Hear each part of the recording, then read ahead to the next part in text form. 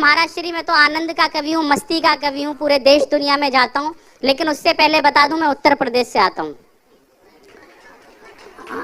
ये कह रहे थे सुदीप भैया मैं वहां से आया हूँ जहाँ कोयला पाया जाता है।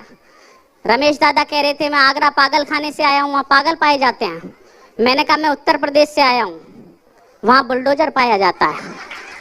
हमारे यहाँ तो स्थिति बहुत विचित्र है, बिल्कुल आनंद की स्थिति है। वो लोग पूछते हैं हम दूसरे प्रदेशों में जाते हैं, भाई साहब आपके यहाँ तो बाबा जी सबको निपटा रहे हैं। मैंने कहा देखो इसमें बाबा जी की कोई गलती नहीं है प्रदीप भैया, सच बता रहा हूँ, बाबा जी की कोई गलती नहीं है, सबका अपना अपना तरीका होता है।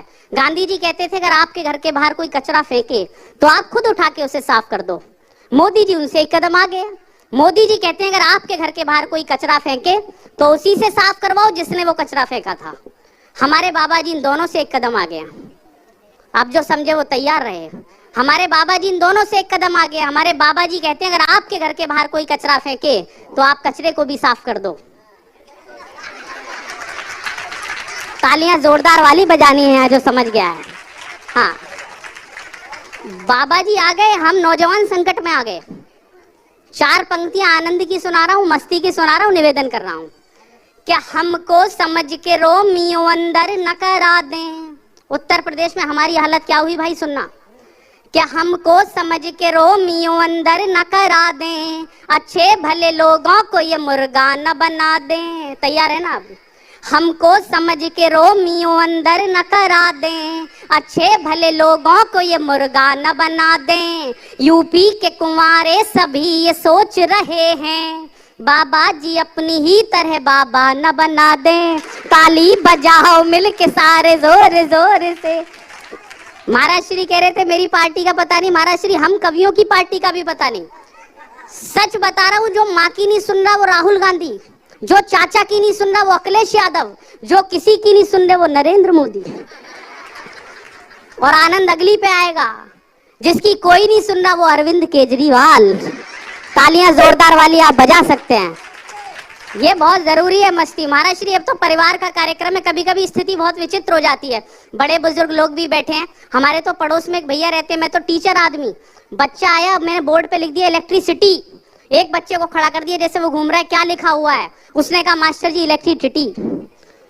पूरी क्लास हंसी, पढ़ाई नहीं हुई। मैंने कहा मम्मी को लेके आना, मम्मी समझदार लग रही थी।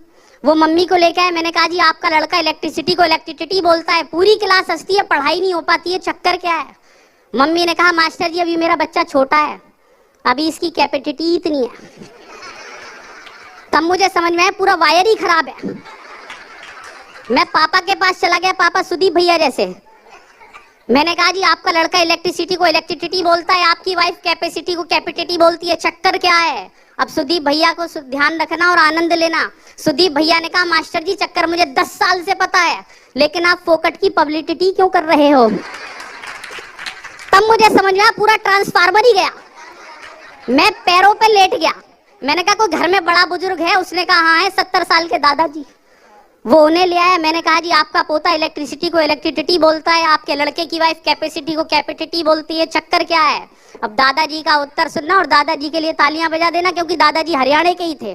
दादाजी ने कहा मास्टर जी ये तीनों के तीनों अनपढ़ गवार जाहिल हैं, इन्होंने तो कभी यूनिवर्सिटी का मुंह ही नहीं देखा। पता ही नहीं चलता बीमारी चली कहां से आ रही है। सच बता रहा हूँ बहन जी, सच बता रहा हूँ दीदी, आनंद पता ही नहीं चलता कहां से चल रहा है। एक दिन सुदीप भैया मेरे से बोले बाहर चलो वॉकिंग करेंगे। मैंने कहा भैया वॉकिंग नहीं होता, वॉकिंग होता है, साइलेंट होता है। तुरंत मैंने इनसे बोल दिया, इनकी चीजें मेरे अंदर आ गई। मैंने कहा वॉकिंग छोड़ो, फिर वॉकिंग भी करेंगे और टॉकिंग भी करेंगे। इन्होंने मुझे तुरंत समझाया, बोले टॉकिंग नहीं होता, टॉकिंग होता है, साइलेंट होता है। मैंने कहा हम दोनों को ही नहीं पता, हम रमेश दादा के पास के। मैंने कहा वॉकिंग को वॉकिंग बोलते हैं, मैं टॉकिंग को टॉकिंग बोलता हूँ, क्या चक्कर है। अब रमेश दादा ने जो जवाब दिया, इनके लिए तालियां बजाना। इन्होंने कहा दोनों चुपचाप होके बैठ जाओ, तुम दोनों को किनोलॉजी ही नहीं है। तो ऐसी भी स्थितियां हो जाती हैं।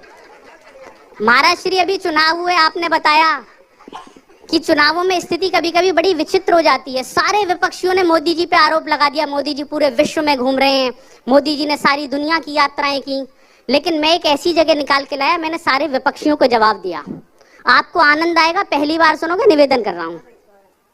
कि पापी थे जितने वो नहीं पाताल में गए, नेताजी बन के वो न बुरे हाल में गए। पापी थे जितने वो नहीं पाताल में गए, नेताजी बन के वो न बुरे हाल में गए। पीएम बन के दुनिया में घूमे मगर सुनो, मोदी जी आज तक नहीं ससुराल में गए। ताली बजाओ मिलके सारे जोर जोर से, जो कुछ नहीं था उसका भी मसला बना दिया, आतंक खात्मे कोई कसला बना दिया। रिजल्ट आ गया, तीसरी बार सरकार बन गई।